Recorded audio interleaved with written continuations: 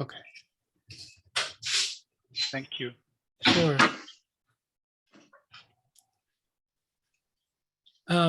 I titled this session Being Needs. And, when I think about, well, what does it mean? What does it mean to be needs? What is this needs consciousness? I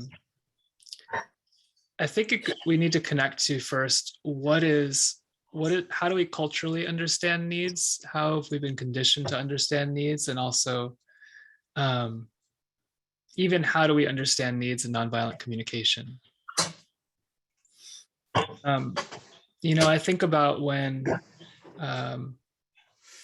I first came into the practice of nonviolent communication. And in the beginning, and I think this is true for a lot of people, we can talk about needs as this kind of thing. Needs are this thing that we either have or don't have, or is met or unmet. So for example, typical thing might be like the need for space, right? It's space. I either have space or I don't have space. I need space. My need for space is either met or unmet. And there's this sense of this need for space as being outside of oneself, or pick any other need off the needs wheel, the needs list, whether it's love or respect or safety. We can talk about needs as this external thing outside of ourselves. And then nonviolent communication kind of becomes this strategy we use for having that thing, for taking this external thing and having it as like an object. And the downfall of this, or the suffering that comes with that, is that essentially we are then continually placing our source of power outside of ourselves. We are still forever looking to do or say the right thing to have what we want. And we can be in a lot of pain about this, whether you're in a relationship and you're saying, I have a need for understanding. I have a need to be accepted. I have a need for space. And then we are putting the source of our connection with life into this place that's outside of ourselves. So I share all this because, in a way, when we talk about needs consciousness and being needs, what we're talking about is coming back to a place where the source of our power, the source of our connection to life, is not outside ourselves. Not only is it not outside ourselves, like in the sense of like, what we want isn't out there somewhere. It isn't even outside ourselves in the sense that, sometimes another place we can get stuck in our nonviolent communication practice is that we have to do it right in order to reap the benefits. So like, if I'm not doing my self-empathy correctly, or if I'm not calm enough, right? As some people might think that when you think about like being nonviolent, sometimes you think, oh, well, I'm supposed to be calm or compassionate in a particular way. So if I don't have those, if I'm not doing or showing up with those qualities in this moment, then I don't get to have this power. I don't get to connect to this consciousness that nonviolent communication points to. And in a way, what I'm here to say, to offer us all some ease, to offer us all some freedom, to offer us all some empowerment, is really simply, it's not outside ourselves. It's not even outside of, it's not even there's not even a requirement that you learn a special technique. There isn't even a requirement that you do nonviolent communication correctly. Needs consciousness, needs are who we are. And that is what Marshall Rosenberg was pointing to, is that this needs aren't something that we have or don't have, or meet or don't meet. They are our very being. We are needs. So my hope in this session is to give us all some experience of that, some taste of that, bring it alive in a fuller way in your own body, your own consciousness now, with the kind of hesitation or reservation that whether you're having an experience, a quote unquote felt experience of it or not, you still are needs. Whether you feel it or not, you are needs. It's who you are.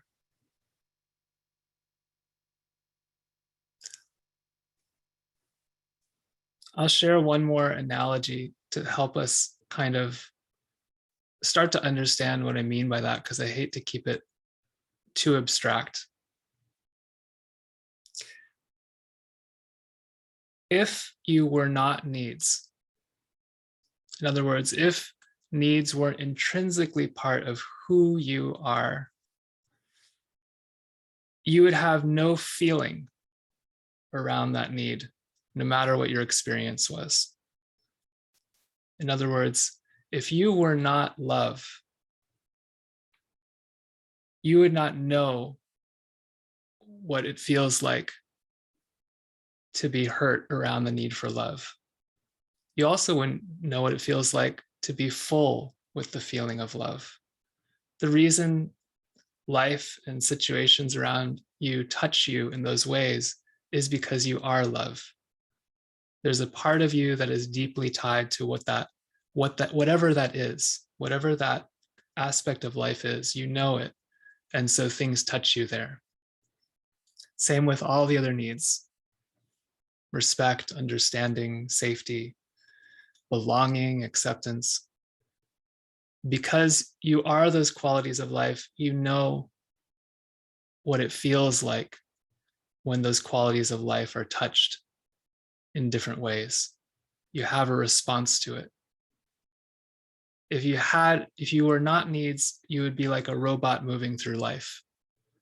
Nothing would affect you because you wouldn't have some connection to it. It wouldn't be part of your body of knowledge. You would have to be taught what those things are, programmed.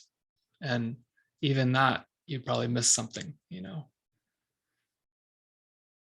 So with that invitation, I want to invite us today to start to have,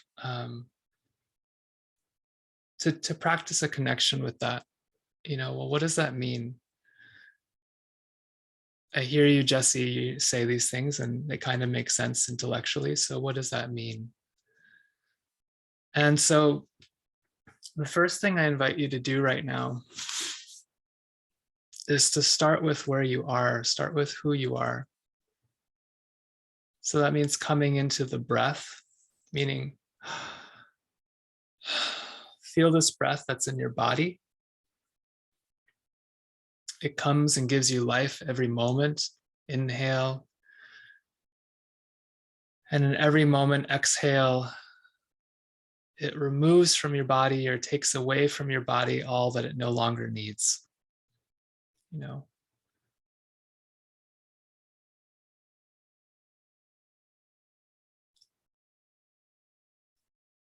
Breathing in, breathing out. Without controlling your body, without controlling your breath, just allow yourself to feel it.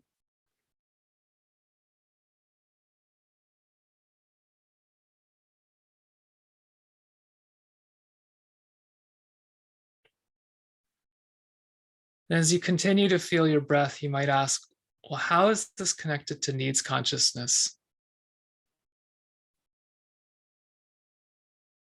And my invitation to you is that if needs consciousness is part of who we are, that we need to be tuning into who we are and what we are. And the breath is part of the foundation of that as living human beings. So the breath is a simple, easy way that you can begin tuning in and listening to yourself. If you forget everything else, if you get too lost in all the techniques and practices and everything, you can come back to this simple fundamental practice. You can tune into your breath and begin listening to yourself, to who you are, to be who you are.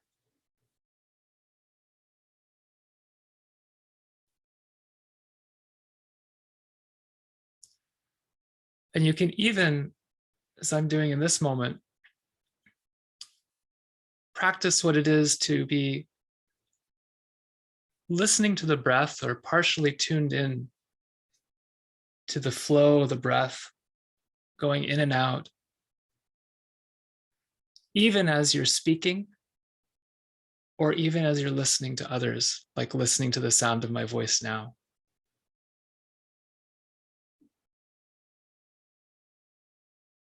Can you feel your breath and hear your breath even as you're listening to my words?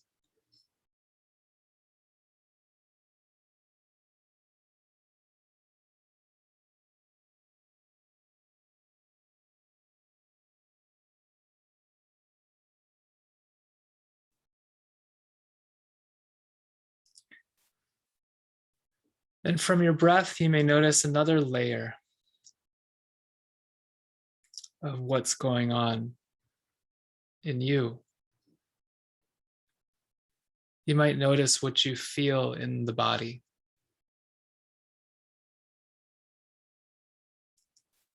So this could be a physical pain or celebration, sensation, something that feels good or relaxing.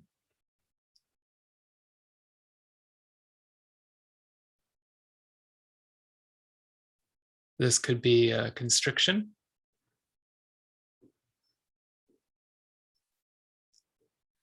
And it could also be a softening.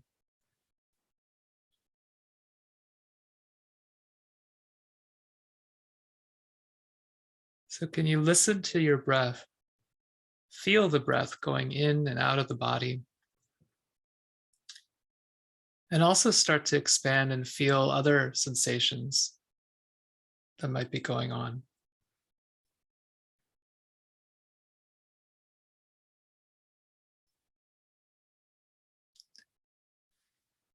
And by feel, what I mean is a kind of a light touch. Like in a moment, you might feel a little, like if I'm reporting right now from my own body, it's like a little touch of little tension or a little curiosity in my heart, around my chest. A little hollowness in my belly, a little tightness.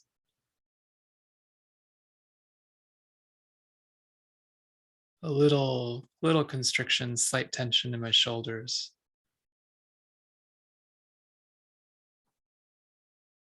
So by light touch, I mean whatever the feeling or sensation, I don't need to hold on to it. And I also don't need to fix it or solve it. Sometimes we think of, oh, there's a tension, I need to change it. I need to understand the needs behind it. I need to empathize with it. I need to be calmer. I shouldn't be feeling that, whatever. So we get into a kind of a problem solving, fixing mode with it. And my invitation is, it's okay. We're just allowing ourselves to feel whatever flows through our bodies in this moment. Feel the moment to moment changes.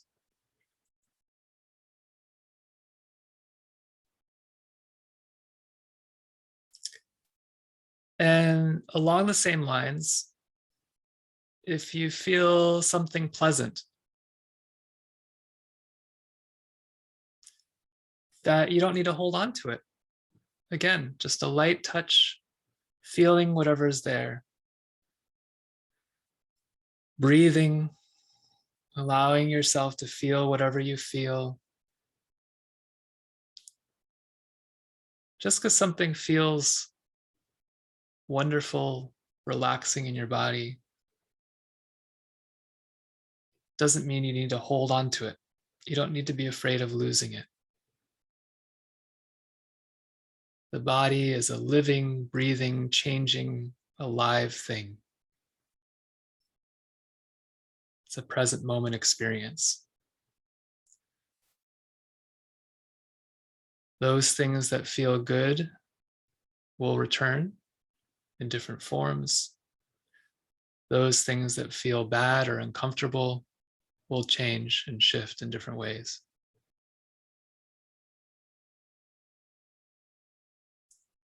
We're simply getting in touch with who we are.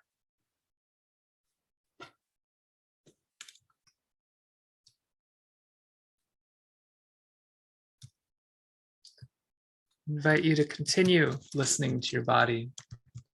I'm going to pull up something on the screen in just a second.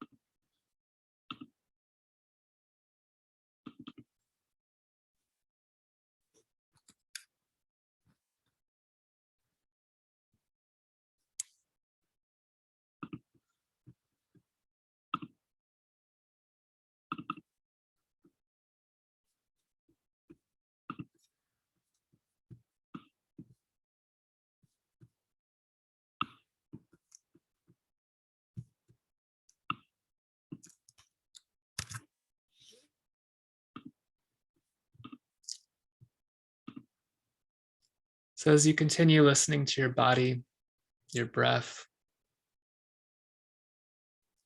I want you to look at the screen and I'll spotlight for a moment in case you're in gallery view. And just take a look at the needs wheel.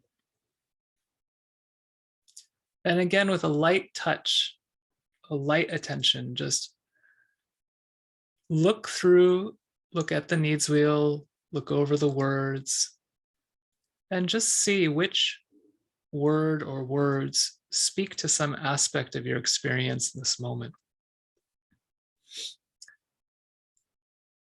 The invitation here is not to think about this too hard, but just to see what connects with you.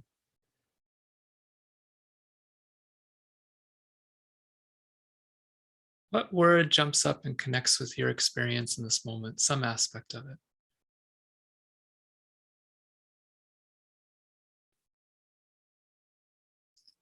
And when a word speaks to you, let yourself rest there for a moment, linger there for a moment, and feel what that feels like in the body.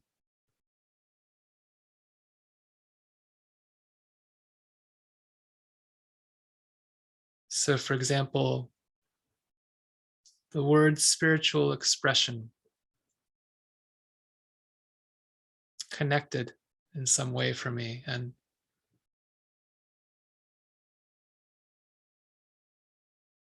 when I rest with that for a moment, I feel this in my belly. When I rest with it for another moment, I feel this smile come to my face.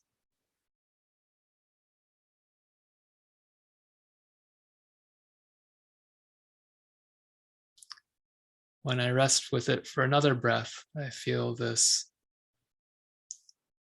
deep sense of serenity, peace coming over my body.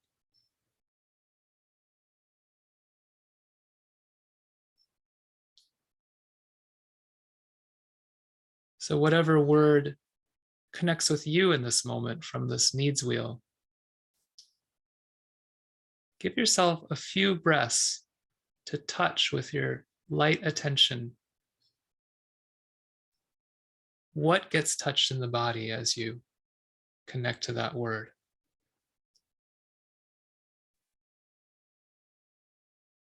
And in a sense, ride the waves of it or feel the shifts and changes as you connect with that word a few times. Feeling what your body's feedback is around connecting to that need.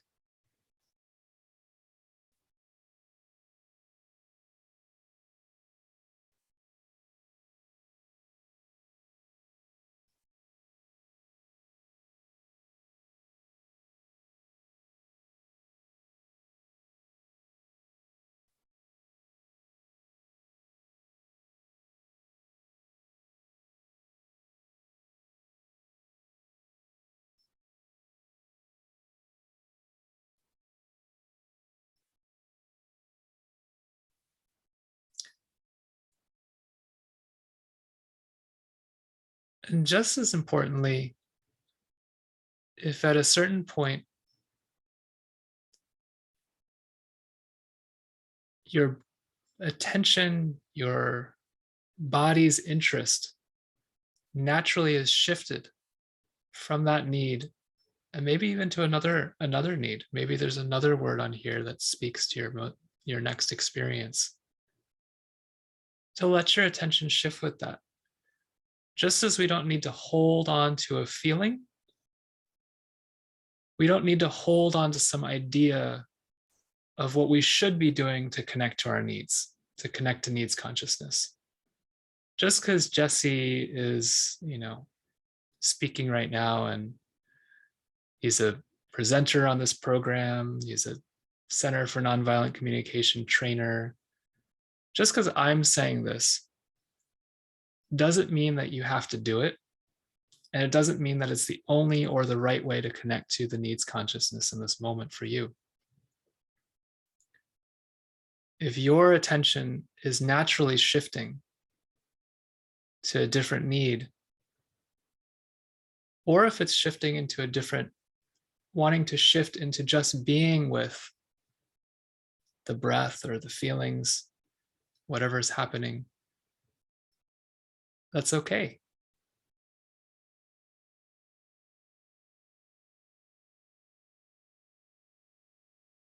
You're listening to your body of experience. You're listening to you.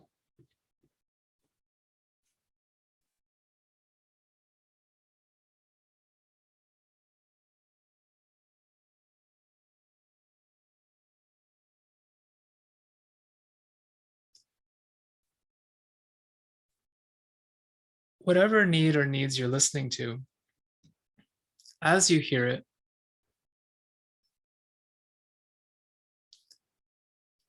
you can listen to, is that need or needs calling to you to act in a certain way in your life? Is it requesting anything of you? Not saying it is or it isn't. It's just it's an invitation to check, listen. Is there actions associated with this need?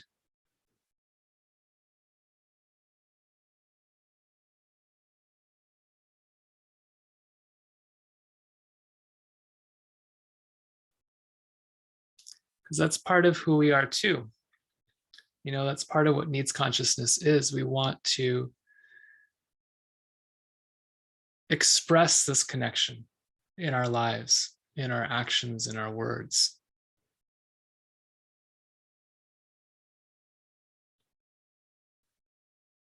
It's part of what motivates me in this moment, that I want to take this spiritual expression, this need of spiritual expression, whatever that is, and it's something that I seem to want to express through my words in this moment to you. I want to express it through my body. So this is in nonviolent communication, we call that the request, right? The action, the strategy that comes out of the needs.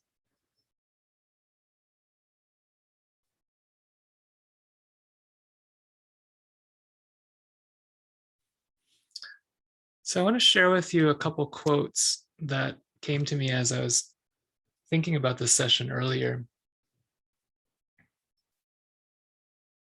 And as I share them with you, I invite you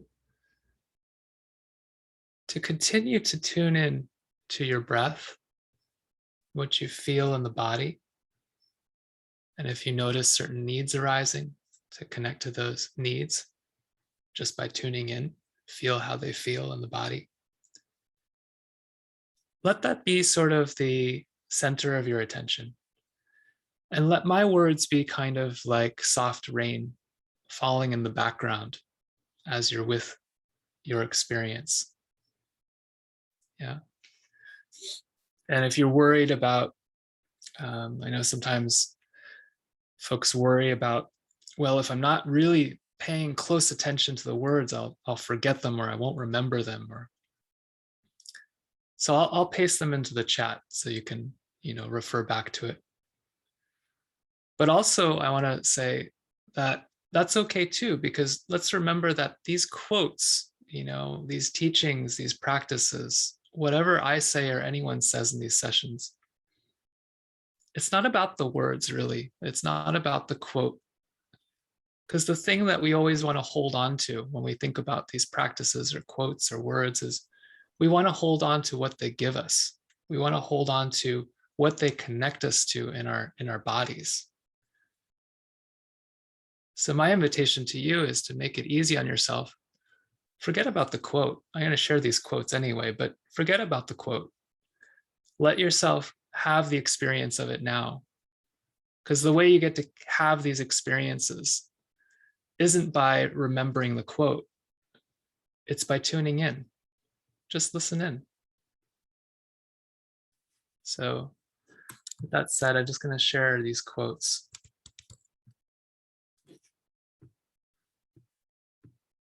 A news anchor once asked Mother Teresa, the Catholic nun. A news anchor once asked Mother Teresa what she said during her prayers. And she answered, "I listen." And the news anchor said, "Well, then what does God say?" In other words, when you listen, what does God say to you? And Mother Teresa smiled and answered, "He listens." And the news anchor didn't really know what to say to that. And Mother Teresa said, "Well, if you don't understand that, I can't explain it to you."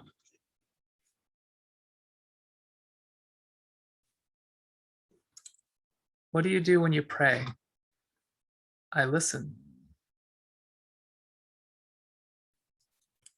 Well, what does life say to you then? What does needs consciousness say to you then? She listens.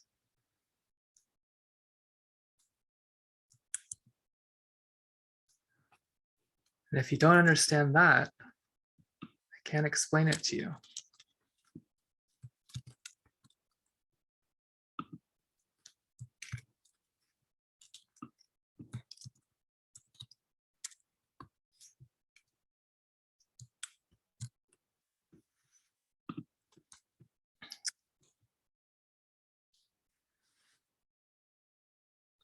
These next words are from a book called Courage to Change. Comes out of the 12-step tradition.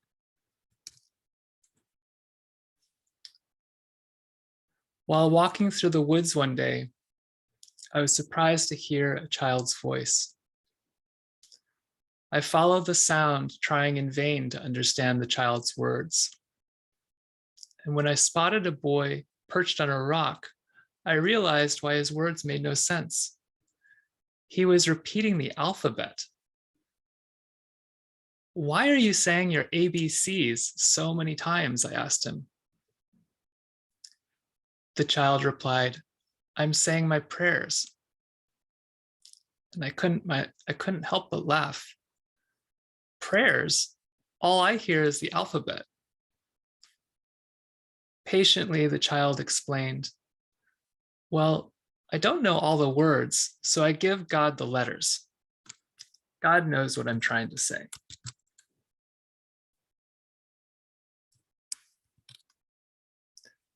Why are you saying your ABCs so many times? I asked the child.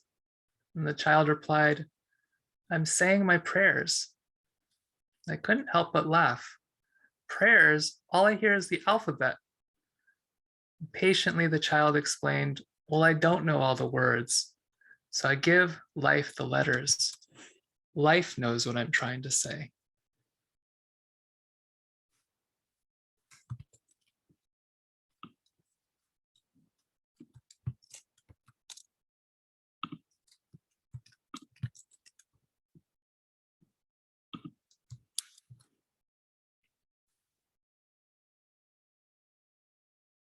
As you hear me, are you tuning in? Are you listening to the breath, to whatever you feel in the body, to whatever needs are being touched, whatever is passing through? It's okay if my words don't speak to you. It's okay if they're not very connecting. What's more important is, are you tuning into yourself, to who you are? Because that's what this session is about, who you are.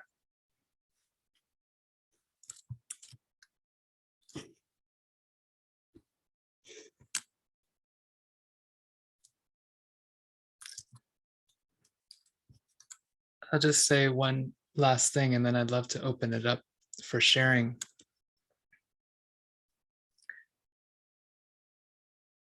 Marshall Rosenberg, he was once interviewed about the spirituality behind nonviolent communication, and that there's a little pamphlet book called Practical Spirituality, which is published by Puddle Dancer, where you can read that interview in its full. But one of the things he talked about was,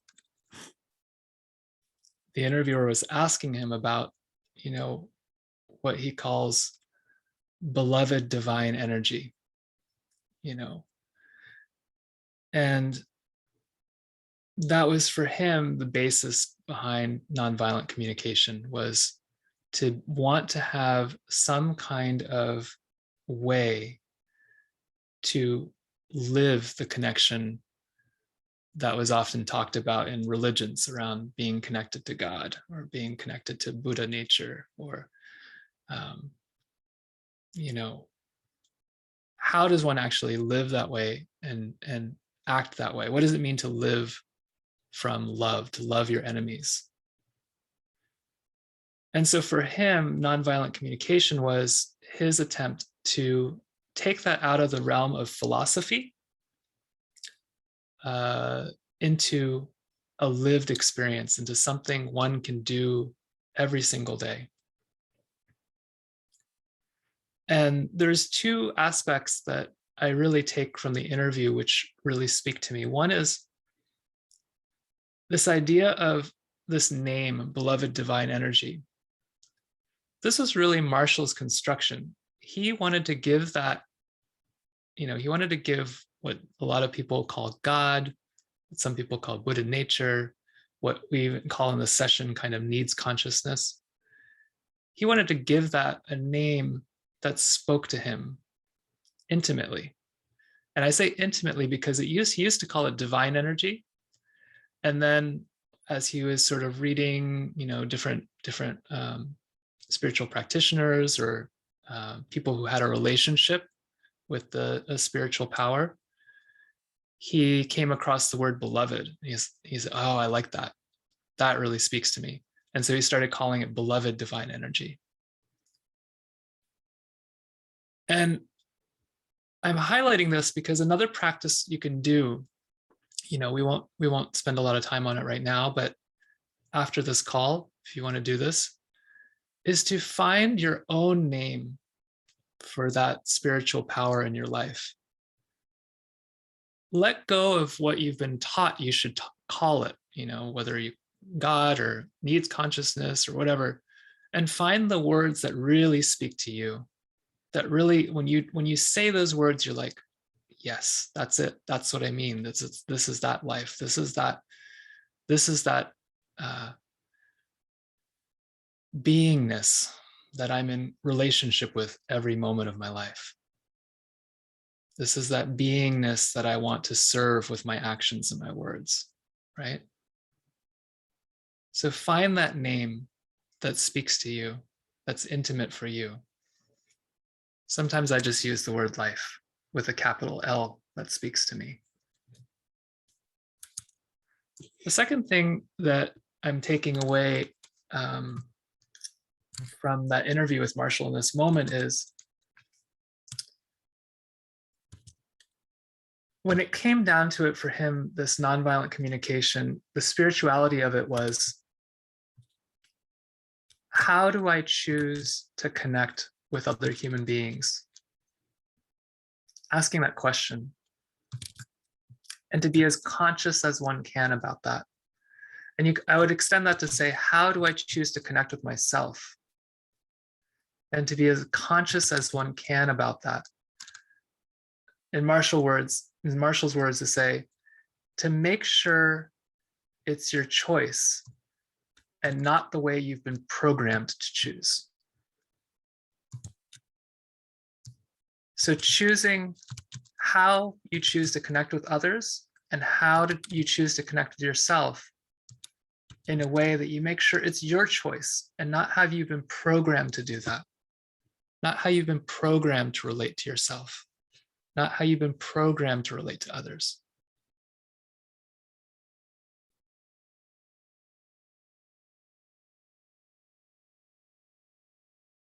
And in my experience, when one does that, when you bring that level of intention and consciousness to your relationships with yourself and others, that's living in the needs consciousness. That's letting who you are on the most fundamental level inform what you do.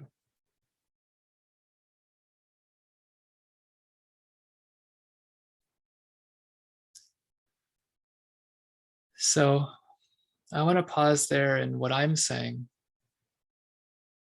And I'd love to hear from those of you on this call, what is present to you in this moment? What is speaking to you from your body of knowledge and experience as you've been listening to yourself, to my words? And Susan, I see you've raised your hand. Would you like to go ahead and unmute yourself? Susan in Egypt. Yes, thank you, Jesse. To be honest, I'm a newbie to NVC. I've only been introduced to NVC a few months ago, and I see everyone here is an oldie and a goldie, but I need to share this experience because it was such an eye-opener. Everything you said afterwards was like a narrative of what I've been through. When you started talking and saying that we are needs, all these philosophy classes I've been through, logic classes, even theology classes, saying that no, there's a difference between attributes and entities. There's this, and I'm just pointing out all the differences of what I believe and think and I've been taught with what you're saying. And then when you started leading the exercise and started reading those quotes, and I found tears streaming down my face. And you're speaking a foreign language to me. You're in the United States of America. I'm in Egypt, and I'm a Muslim. And you were saying quotes about Mother Teresa, but it's about me. It speaks to me, to who I really am, and the boy and the alphabets, and just so I just realized that's what you mean. That's getting over these superficial differences, or I don't know, like words and wording, and and getting to the depth of it, of what we really are and who we really are. Doesn't matter what we call it. And then connecting to that beloved divine energy, or whatever you like to call it, life.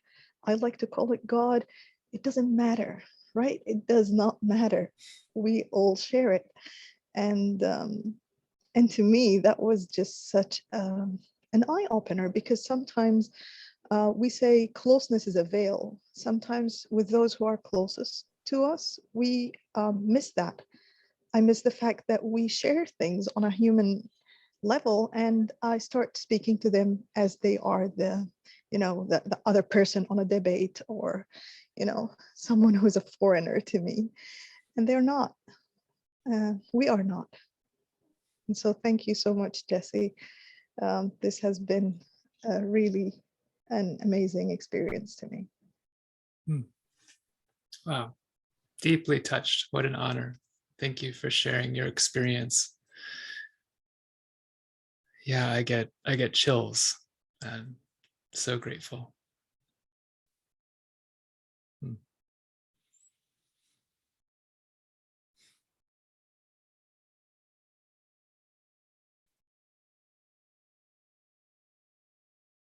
Anyone else who would like to share from your body of experience as you've been listening to yourself?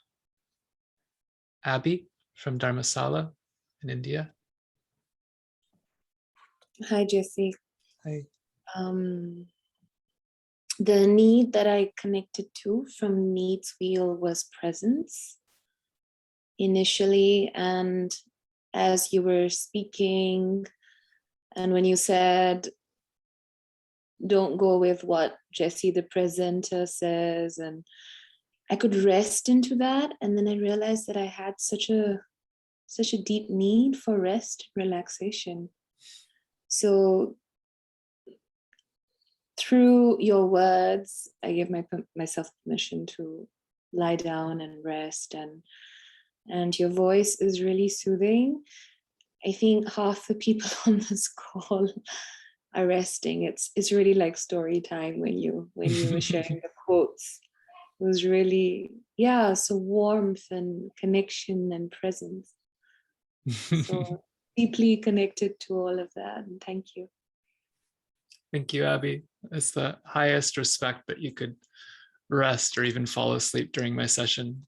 My wife, Catherine, one of her favorite pictures of her with Marshall Rosenberg is where she's laying down asleep as he's giving a lecture or workshop. And I see that as, you felt enough support to be self-connected and not at all insecure or needing to present in a particular way to yourself or me around that. So thank you. Connor. Yes, hello. Thank you so much, Jesse. It's been a wonderful hour. I just hope Marshall Rosenberg is listening. And the thing that I took away today was I noticed on the needs wheel that learning comes under play.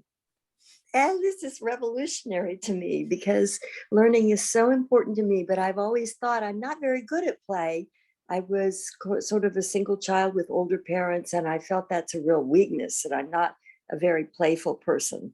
And it brings me so much joy to see that learning comes under play. I'm a really, really, really playful person. Thank you so much. I'm complete. You're so welcome, Connor. And I'll share with you part of where that originates from is, so my wife, Catherine, those of you who know the trainer, Catherine Cadden, she used to have a K-8 school that she started based on the principles of nonviolence. And she ran that for 11 years. And one of the students one day said, why are the needs of play and learning on two different cards? And she took that to heart. She thought about it, it's like, oh yeah, the play and learning, they're together, they're very related, So anyway, thank you for noticing that. Ian or Yen, not an oldie. Thanks, Jesse. Two things I'd like to share. One is I I want to echo what Abby said earlier, that half the people are asleep on the call. As I looked around the screen, everyone was just lying back, and what struck me was your generosity in giving, right? You said, my words are not important. It's your feelings and what's coming up for you that's important. And I really received that as a gift. I thought it was the most generous gift. So I just wanted to share that. The second thing was when Susan was sharing earlier about something about not being an oldie. I'm like, yeah, I'm not an oldie too, Yeah, thank you, Susan. When I'll just address you, Susan, when you were sharing, it really touched my heart. Something obviously happened within you that is so inspiring to watch as it happens. And it's yeah, I don't have anything intelligent to say. I just want to say that I was very touched by what she shared, by what you shared, Susan. And obviously, thank you, Jesse, for enabling that to happen. I'm complete. Thank you. Katie? Hi, yes. Thank you, Jesse. I am also new, just a few months, couple of months with nonviolent communication, but I'm very touched about the needs that I am needs that I just wrote it here. Needs is who I am. I was like, oh my God, really? Look at the needs. It's so big. Like, I am not just this tiny thing needing some need to come to me, please, oh, please, begging. But it's like, yeah, oh, really? I am needs? That's, I just have no words for that. Lots of philosophy, spirituality, it's all coming together. And just that I am needs, I'm very thankful. Thank you. Mm. And I love that you're sharing that with the background of Northern Lights, because it's almost like I could see that as the image of the needs, like moving through our bodies, like these kind of like ephemeral flashes of light. In a way, one of the metaphors I use is that I think of needs as they're like notes on a scale. We are this instrument, and we play these needs, or life plays on these needs. So we think about love or respect or understanding, and it's like this scale of our being that gets played. And sometimes, quite honestly, like life experiences are hard and painful, and it's like they hit those kind of sour notes, or it's slightly out of tune, but it's still understanding or love or respect, but and it hurts, and it kind of to hear it, but it's still us. It's still who we are. We never lost love. We never lost respect, never lost understanding. Not in that way of like, it's gone from our lives, we'll never get it back. Just it hit that note, that we call lost, or, unmet. So anyway, I'm so grateful that each of you who spoke, and I'm guessing others, were able to receive something from what I shared today, and some connection to this needs consciousness that it was my intention to connect you to. And remember, as you go through life, if you continue to learn nonviolent communication or not, that you always remember to come back to yourself, to who you really are, because no one can take that away from you. And you can kind of take it away from yourself in a way by forgetting, but then if you remember it, it's right there again. So as we come to the end of our hour together, and just to share a couple of things that again tie us back to the overall theme of what we're doing here as a kind of a program. We are again helping to raise some money for the Center for Nonviolent Communication. And the invitation is to do it in one of two ways: to purchase this new book that Jim Mansky put together called the Pathways to Nonviolent Communication. And then the other thing is to consider becoming a monthly sponsor of the Center for Nonviolent Communication. So both of those links Jürgen is posting for you. The other thing I wanted to share here is that if you have any feedback about today's event, either my session or anyone else's, there's a way to post comments about that. And again, Jürgen is posting a feedback form. And let's see if there's anything else I missed. Oh, after the event concludes, everyone who registered for this call will get access to all 28 sessions.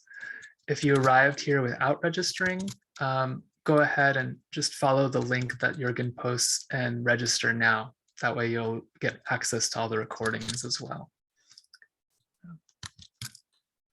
So thank you. Thank you all of you for sharing this time with me, for bringing our hearts, our bodies, our lives together, our attention together in service of, again, in service of whatever you want to call it. Beloved divine energy, life, God, love. I heard someone once say that they called their divine energy, they called it something like Fred, I think. They call it Fred. They're always in relationship with Fred. So if you want to take this time, these couple minutes before the next session, to stretch your bodies out, to use the restroom, get some tea or water or a snack, this is a great moment to do that. Jürgen, I don't have the schedule up. Do you know who is up next? You could announce what the session is about. Yes, sorry. First of all, sorry, I posted the links first to Jen only. She's the next host. And the next session is,